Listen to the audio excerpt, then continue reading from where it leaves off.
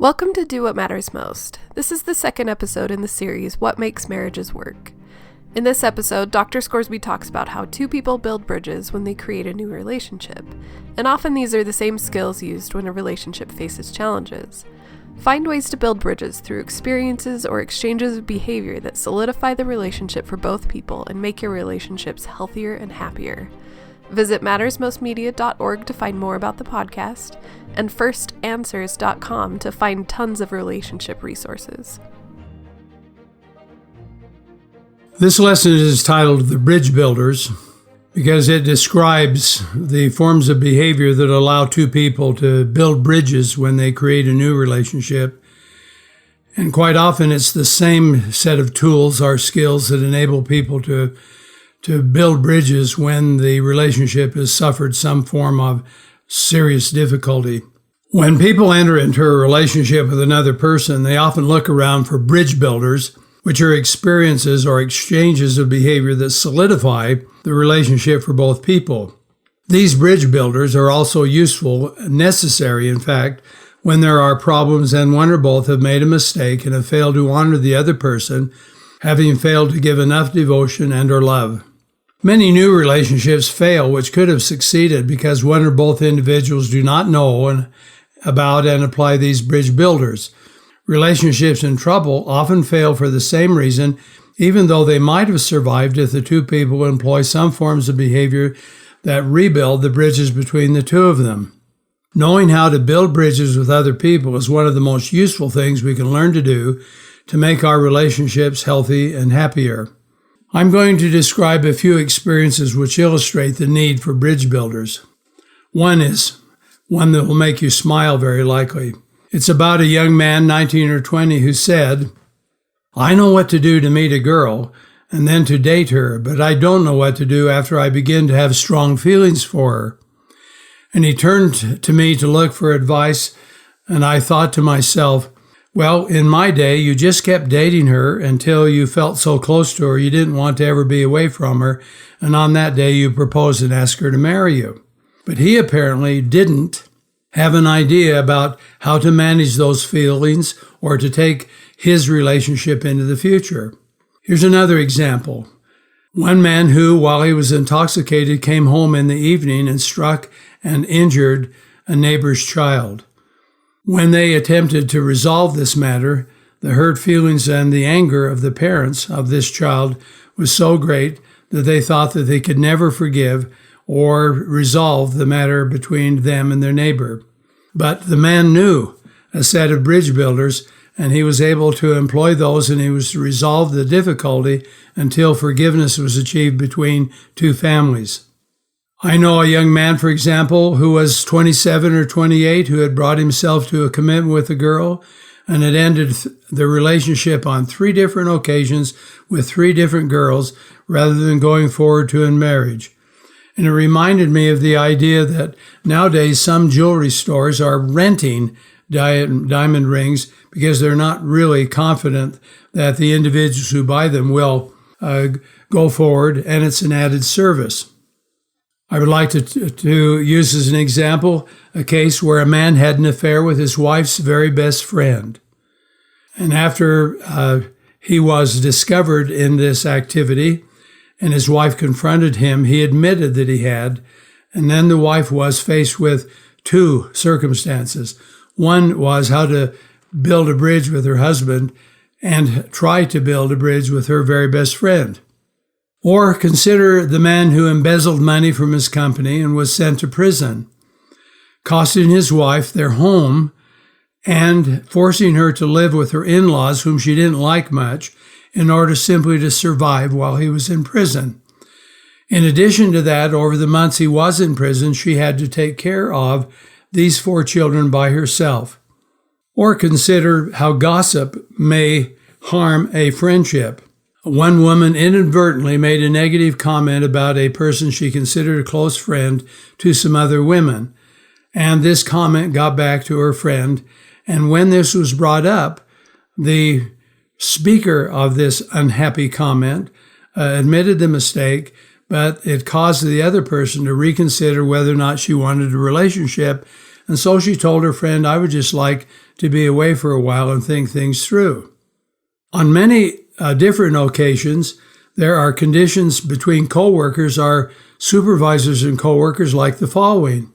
I could tell you about a time when a supervisor at work was so mean and so indifferent to the people he supervised that he alienated everyone, who eventually became frightened to tell anyone else for fear of reprisals. So just how do they regain the quality of a good relationship and make them healthy and happy if both people decided to do so? I'm going to describe these bridge builders in first-person terms so you can see how you might employ them to either build bridges in a relationship you want to form or build or rebuild bridges in a relationship you would like to strengthen.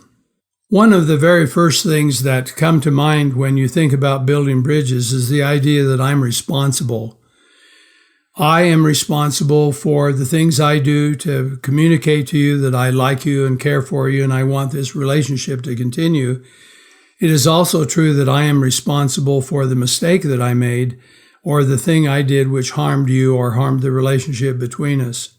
One of the most serious situations I've ever encountered in my life had to do with a man and his daughter whom he had abused from the time she was a young child till she was 17, at which time she reported the incidents and the abuse to her school counselor. The man was confronted, accused, and sent to prison, and told that he could not contact his daughter unless she consented for at least a period of 10 years. Well, after the 10 years was up, it turned out that this daughter was my employee, and he knew that and through his wife, and called and asked me if I would intercede on his behalf to help his daughter see if she would reconcile. I talked to her, and she at first said, I have no interest in being with him, but after a while said, all right, if you'll sit next to me when he's around me so I feel safe, I'll agree to meet with him and my mother at least one time. So the big day arrived, and he walked in, a very large man with a very deep voice. He walked over and sat down on a nearby couch, and his daughter and I sat in chairs looking at him, and I asked him to tell us what he wanted or what he hoped for.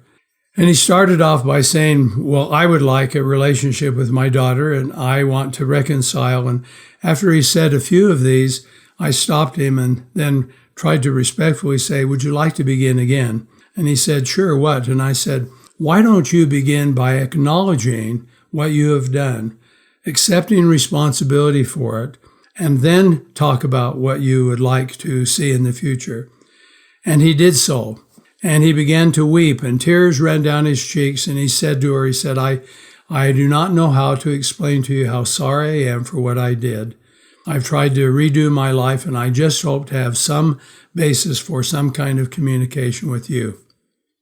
It didn't immediately affect her in any way that I could tell, but she was willing to meet with him in a few weeks later, and they began sort of a dialogue under my direction so that she could see whether or not she wanted to pursue anything further. But I was always impressed how powerful it is for a person to say the personal pronoun, I am responsible. I have caused this, I have done this, and how significant it is, whether it's about a mistake or whether it's about the idea that I am responsible to do the things I do to show that I care and I'm interested in making a good relationship with you. It is also important as a bridge builder to talk about certain kinds of feelings at this point in time. Somewhere along the line, a person who's trying to get a good relationship to emerge, at least a friendship or heterosexual relationship, is to say that they like, care for, love, that there are certain feelings involved in order to make it true. It's always a puzzle to me how in the world in which we live in today, people say, well, I don't know if I love her or not, or I don't know if I love him, and so on. Well, okay, then like them, but at least communicate that you have liking feelings so that the relationship can be built. The kind of emotion that a person needs to express when a mistake has been made, of course, is remorse. And you might think, well, of course. But in the world in which we live in today, remorse is almost an emotion that has disappeared. And yet it has a powerful effect on people when they see it. And when the person who has been offended does not see it, then there's a question about the sincerity of the other person's attempt to reconcile. It's not so difficult if you assume responsibility to also display a feeling of regret or remorse about what you've done.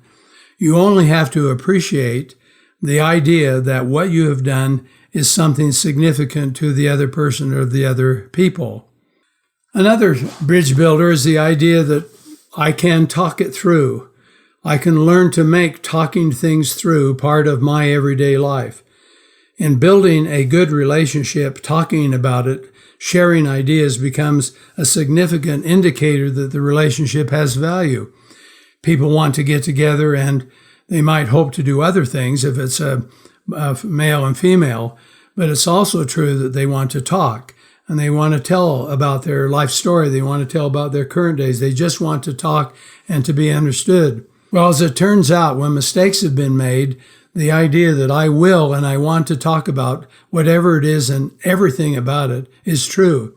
The only provision I would suggest you make is that when one person makes a serious mistake, there might be a tendency for the offended party to ask him or her to repeat it over and over again.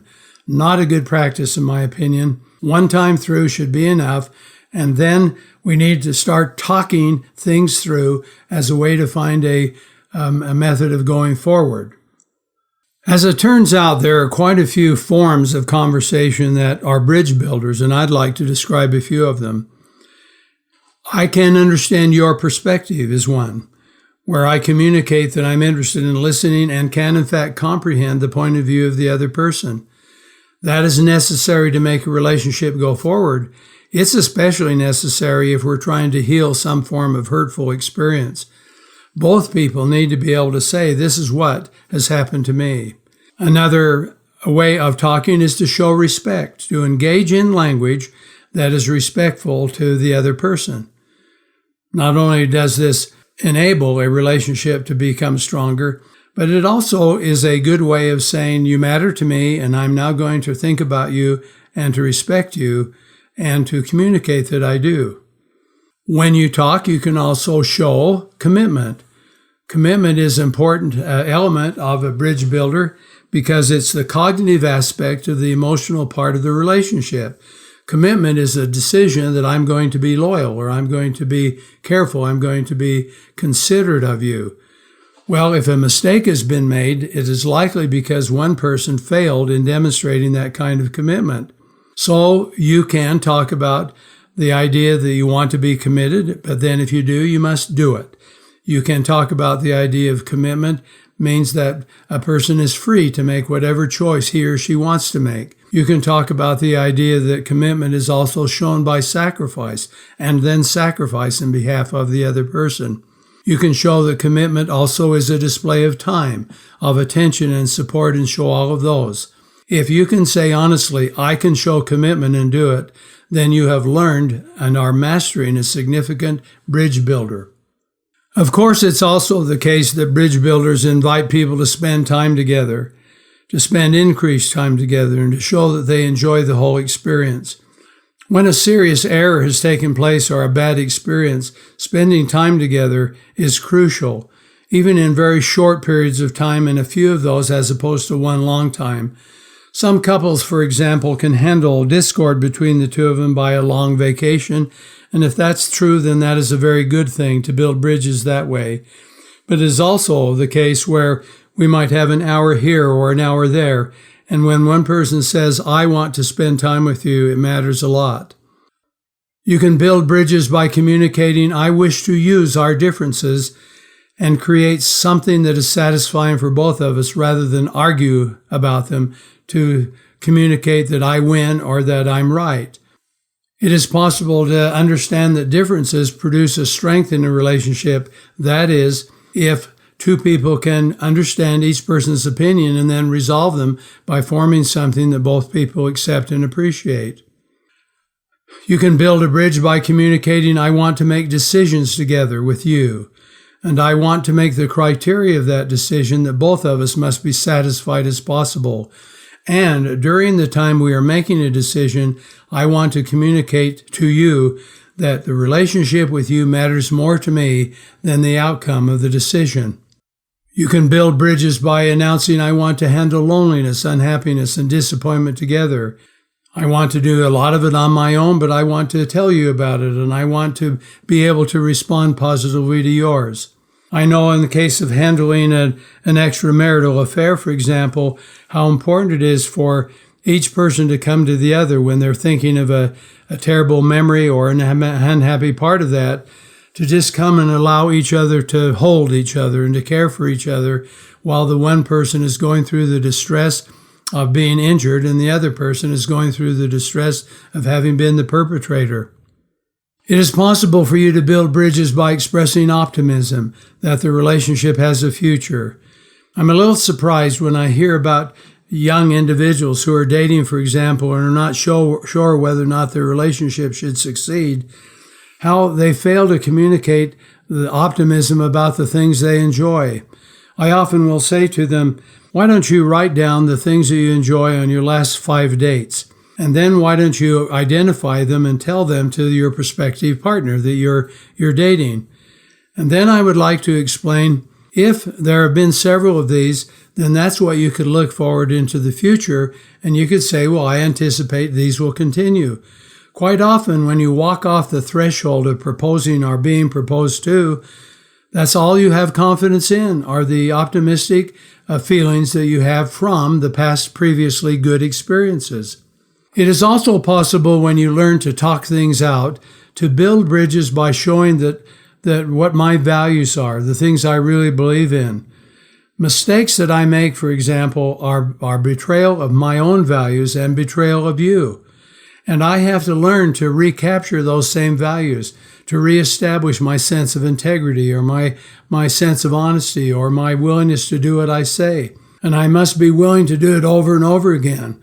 And when I am trying to forge a good relationship, whether it's a young person or a new relationship between two older individuals, I will be on time.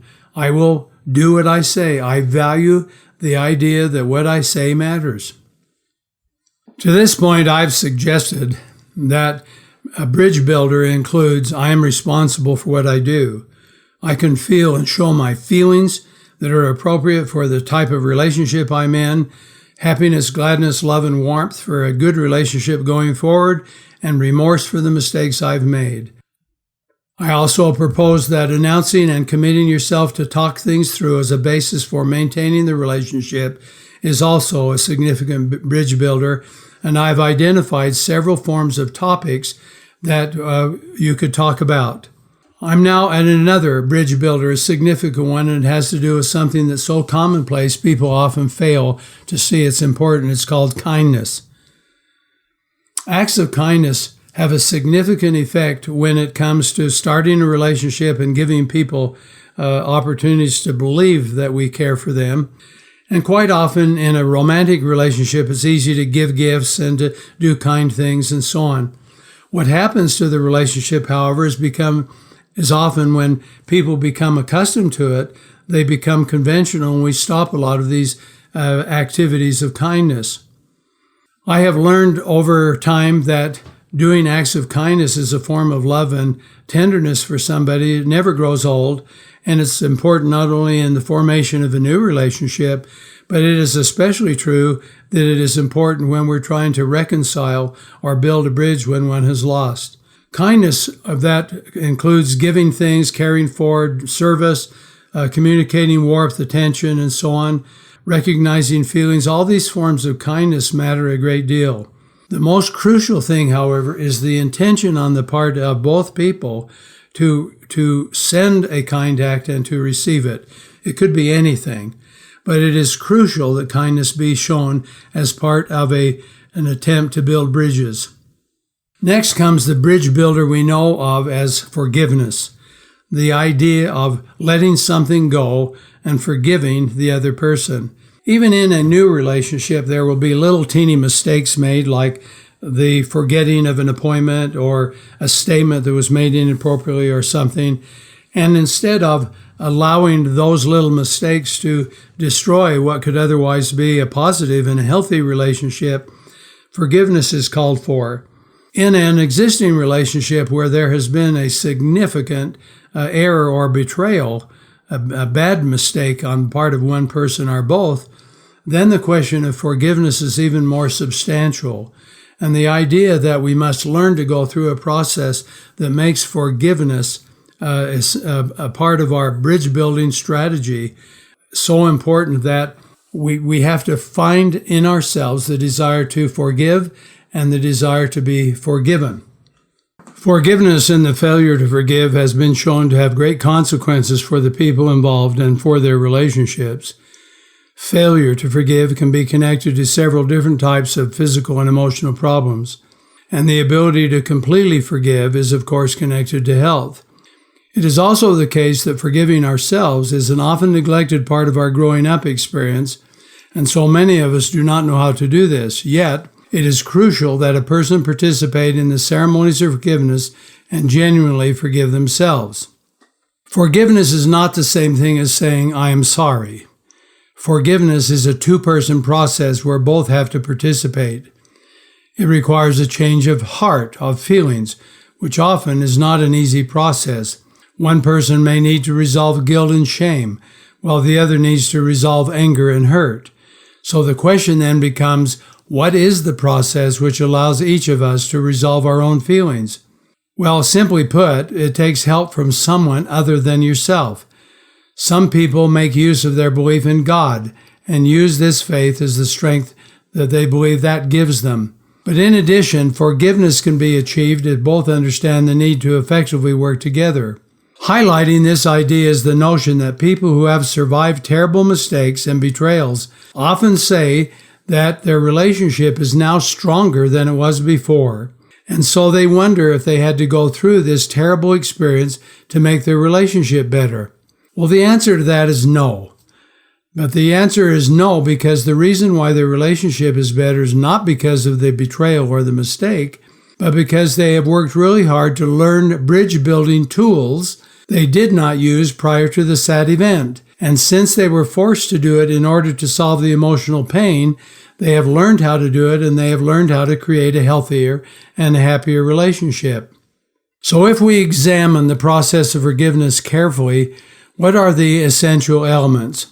Well, I would propose this, that each person must know the emotions of the other and to feel and display empathy for one another.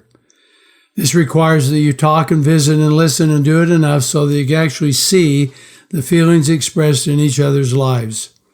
I know a woman whose husband betrayed her, who woke up in the middle of the night, went out on their back porch and heard him just sobbing because of the pain, the realization of the pain that he had caused her. She went over to him and put her arms lovingly around him and tried to comfort him. And he said, "I don't know how you can ever forgive me." And she said, "I don't know either, but I'm certainly willing to try, and if you will try, I believe we can do it." Each person will need to understand how to comfort and show care. I have been asked frequently by the man or woman who has been offended by the betrayal of a spouse, "Can we save this marriage?" My answer is, you can if you're willing to help him or her. And then the response usually is, "Why should I? I am the victim." So the question I ask this woman who asked this question, well, do you want to be a wife and hold on to your family? Or do you want to hold on to the anger and hurt that you feel because of what he's done? Most of the time, a woman will say, "Well, I want to continue being a wife and hold on to my family. I just don't know how to change the hurt and the anger that I feel." And then I will say, you will need to be able to help him and help him overcome the feelings, because in the process of helping him, you'll discover that will help you resolve some of your own feelings. If I have a chance to have a conversation with him, I will ask him to do exactly the same thing. I will often ask the question, how do you help your wife overcome anger, to overcome the hurt that she feels? "I don't know." I said, "Well, let's talk about it. Do you know about kindness? Do you know about warmth? Do you know about holding her in your arms? Do you know asking her to talk about just little teeny bits of it so that you can focus on anger, then on hurt, and then on something else. And when a man learns to treat his wife like this, lo and behold, we discover that it is possible for him to help her, and that will help him change his own feelings. In order to make forgiveness possible, each person will need to acknowledge what he or she is responsible for. It's so interesting to me how easy that is and how hard it is for people to actually do it. I have done this. I have done this much. I'm going to tell you about it. And if I'm the offender, I'm going to tell you about it and describe myself and the pain that I have caused myself and you. If I am the victim or the person who has been offended, then what is it that that person is responsible for? Well, maybe nothing. But it might also be possible that there was conflict or difficulty or frustration, and the offended person can say, well, I participated in that. It is truly amazing to see what happens when people will say, I'm responsible, and the other one will say, well, so am I for my part. I've watched couples sitting apart on a couch talking about that reach out to grasp the other person's hand as sort of a nonverbal signal that we're going to reconcile. It is also true that in order to promote forgiveness, each person will need to develop a method of altering the negative feelings of shame and guilt and anger and hurt by changing their thoughts, by telling the other person who can comfort them, and by engaging in activities that lift their spirits and build the prospect of happiness. So what do I do when I'm feeling shame and guilt? I could curl up, for example, on the couch and just think I'd like to disappear, or I can get up and start to function. I can do things around the home or the family. I can go work hard at my job if I have one. I can do all sorts of things so that my actions can be designed to help resolve those feelings. The same is true for anger and hurt. Actions are the conditions which help change those feelings, and these feelings will only change if there is action and plenty of it. Forgiveness also requires that each person will need to develop a method of altering their perspective about each other and about the future of their relationship. Quite often, the idea of a serious mistake communicates to both people that there might not be any future, that there is no hope. And so somewhere along the line, a person who is trying to be forgiven, will come and say, I want you to forgive me. Please do so. I seek to be forgiven. If the effort to do that is truly sincere, then a spouse could say, what is it you want to see? Well, I not only want to be forgiven, the man or the woman might say, but I would like to do whatever is necessary to create something far better than what we've experienced over the years. See, that idea is comforting, it has hope attached to it, and is pretty crucial that each one demonstrate the idea that there is a future that we can work toward. Forgiveness also requires that each person show concern and care for the other so that tenderness and kindness emerges as highly important forms of bridge building. I grew up in my own life, for example, not knowing for certain, even though I felt tender feelings, not knowing for certain how to communicate it. And on one occasion, I reached up and touched my wife's cheek with my hand when she was feeling unhappy. And I had the shock of realization go through me that I had displayed tenderness. And it was a very positive thing, and I tried to practice and get better at it so that when it was appropriate, I could do the same thing. As a man growing up in the generation that I grew up, it was very common for us to be taught to not express our feelings, to not ever show them, and to always pretend that we were strong and confident. So then the question became, could I ever turn loose from that and be able to express that form of behavior to my wife, who I've loved a great deal. Learning to do that has meant a lot to me. It may have even meant a lot more to me than it did to her. But being able to be tender or kind is an important part of forgiveness. Now, the last part of forgiveness I wish to address at this point in time is the idea of learning to forgive yourselves. Typically, we have no practice in doing that. We don't have the ability to say, well, how do I go about forgiving myself for the things that I've done? Rather, the tendency is for us to remember those things, to criticize ourselves, and to do it over and over again as a form of self-induced punishment for the mistakes we've made. But I would like to point out to you that learning to forgive ourselves matters a great deal so that our relationship can progress and go forward.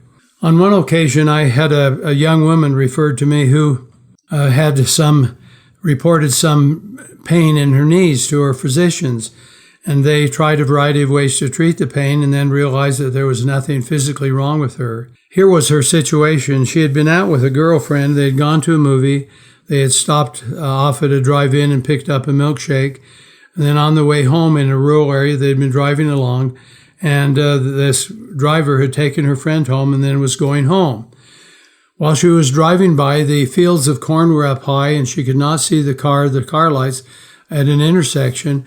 And some boy who had been on a date, who was unfamiliar with the area, ran a stop sign, and she hit him. And when she was knocked unconscious, and when she came to, his car was on fire. Her knees hurt. She had a hard time getting out of her own car, but she crawled out, went over to try to save him, and the flames were so intense that she could not. So her pain likely was a psychosomatic condition where she was feeling physical pain as an analog to the emotional pain which she could not forgive. So her task was to learn to go through a process to forgive herself, and when she did, the pain in her knees went away. So now the question is, what did she do? Well, she went through and examined the situation instead of blaming herself for it. Only she attributed it to a set of conditions which she chose to participate in, but in her case, they were accidental. When a person has victimized another person, it is important to retrace it just enough to know that I followed these steps, and here's what I didn't do or did do that led to the event which caused the emotional pain. Then, right at that point in time, this is what I need to forgive myself of. And you decide you're not going to retrace those steps again, but what you are going to do is to engage in the things which lift and build you, whatever that takes. It typically is not drinking heavily. It is not continuing to blame or get into conflict. It's more like being considerate of others, doing kind things, taking care of people in need, attending church functions and finding solace in your religious beliefs, and doing anything that allows you to focus on those conditions rather than on the conditions that you described that you had done or perpetrated. Forgiving yourself, as I've mentioned, makes it possible for a relationship to go forward and to find joy and happiness in it. And that leads to the next possibility. Sometimes we think that the positive emotions of life, like love and happiness, are sort of magical and they just seem to happen. But as we mature, we discover that that's not true. Some significant portion of those need to be created by us. In order to forgive yourself, you need to be perpetrators of love and happiness. And you need to be able to practice and experiment with creating it for yourself and for other people. You can imagine, for example, things you might do for this person that you have offended. You might care for them. You might do all sorts of things to try to achieve some form of recompense. But what is crucial is the effort and the sincere effort to try to make things just filled with love and happiness. Showing a beautiful scene of a sunset in the evening, or going for a walk in nature where there's peace and harmony, and being able to talk about peace and harmony and the calm and security will help you go through the process of forgiving yourself. And on the day when you realize that there have been several days or even weeks where you don't regret any longer what you have done in terms of feeling remorse about it, then regret it, using it as a positive momentum for what you have built since that day, and take just a little bit credit for that. It is a bit ironic, in my opinion, that remembering is a necessary process to forge and build a good relationship.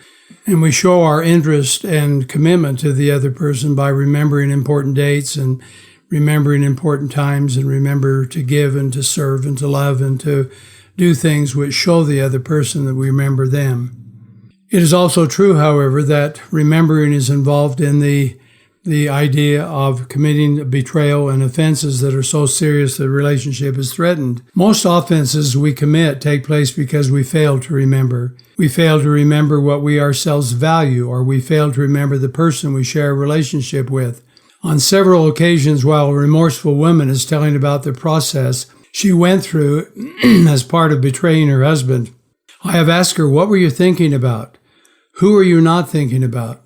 She typically will acknowledge that she was not thinking about her spouse or the other person in their relationship, nor did she remember of the idea that there is in her a good person which she is about to betray, nor did she remember that she would feel terrible shame if she went ahead and made the mistake. I have found the same process involved with men are the perpetrators, and they do not think about their spouse, and they typically do not think about all the feelings or the values they would give up if they betrayed themselves. Over the years, remembering as a concept of relationship building has emerged as something much more important than I first thought. I have also learned about the importance of forgetting.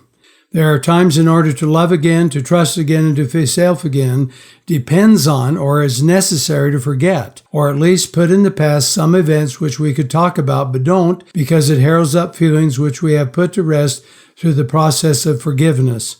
There are many occasions in people's marriage where the topic could be brought up, talked about, and used, and when it is not by the other person who chooses to forget it, it is an indication of not only the forgiveness having been permanent, but that love has been restored, see, in the relationship between the two of them. Memory, for example, is inherited.